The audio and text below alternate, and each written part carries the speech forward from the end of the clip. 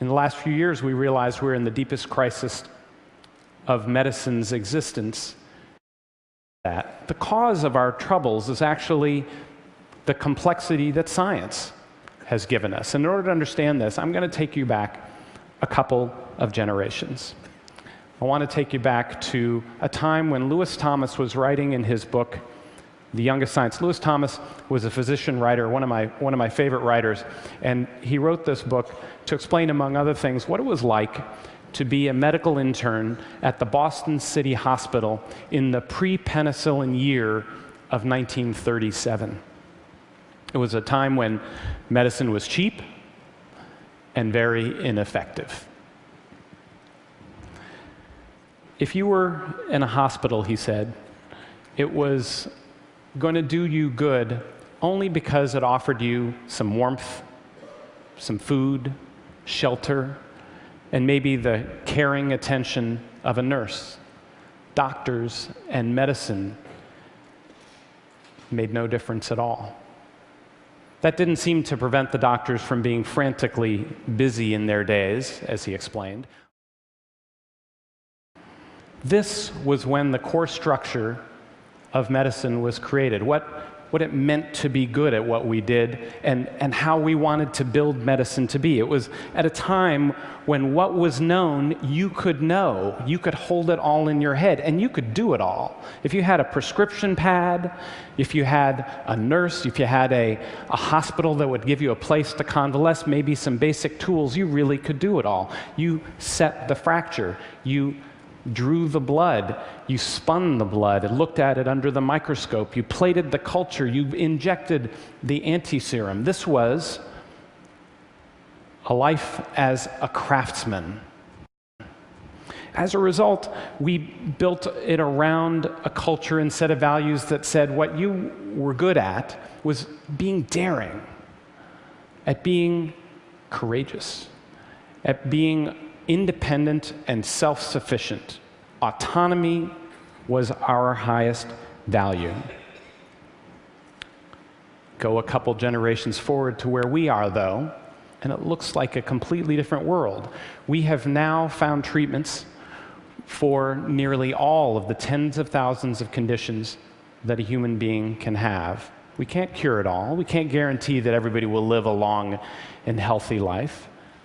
But we can make it possible for most. We're all specialists now, even the primary care physicians. Everyone just has a piece of the care.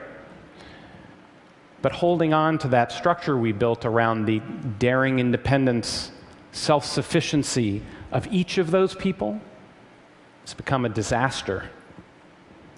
We have trained, hired, and rewarded people to be cowboys.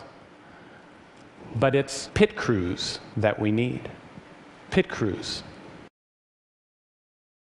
From other people is that we have amazing clinicians that we can turn to, hardworking, incredibly well-trained, very smart, that we have access to incredible technologies that give us great hope, but little sense that it consistently all comes together for you, from start to finish, in a successful way. But when we look at the positive deviants, the ones who are getting the best results at the lowest costs, we find the ones that look most like systems are the most successful. That is to say, they found ways to get all of the different pieces, all of the different components to come together into a whole. Having great components is not enough, and yet we've been obsessed in medicine with components. We want the best drugs, the best technologies, the best specialists, but we don't think too much about how it all comes together. It's a terrible design strategy, actually. Skill number one is the ability to recognize success and the ability to recognize failure. When you are a specialist, you can't see the end result very well. You have to become really interested in data. Skill one, find where your failures are. Skill two is devise solutions. And so we looked at what other high-risk industries do. We looked at skyscraper construction. We looked at the aviation world. And we found that they have technology, they have training, and then they have one other thing. They have checklists. I did not expect to be spending a significant part of my time as a Harvard surgeon worrying about checklists. And yet, what we found were that these were tools to help make experts better. So we did this. We created a 19-item, 2-minute checklist for surgical teams.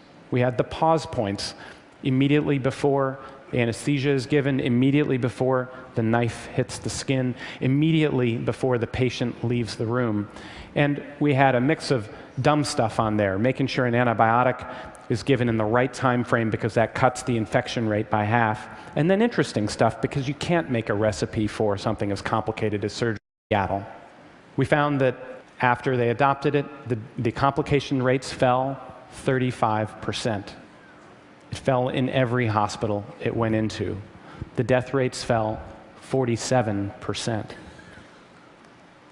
This was bigger.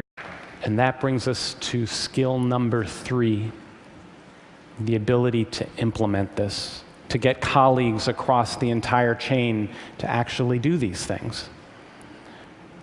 And it's been slow to spread. This is not yet our norm in surgery, let alone making checklists to go on to childbirth and other areas.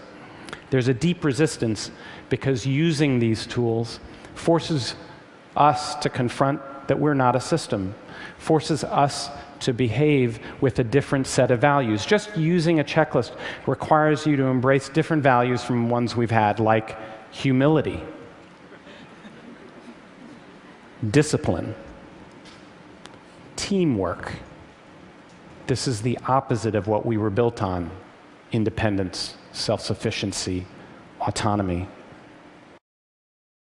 Making systems work is the great task of my generation of physicians and scientists. But I would go further and say that making systems work, whether in healthcare, education, climate change, making a pathway out of poverty, is the great task of our generation as a whole. In every field, knowledge has exploded, but it has brought complexity. It has brought specialization. And we've come to a place where we have no choice but to recognize, as individualistic as we want to be, complexity requires group success. We all need to be pit crews now.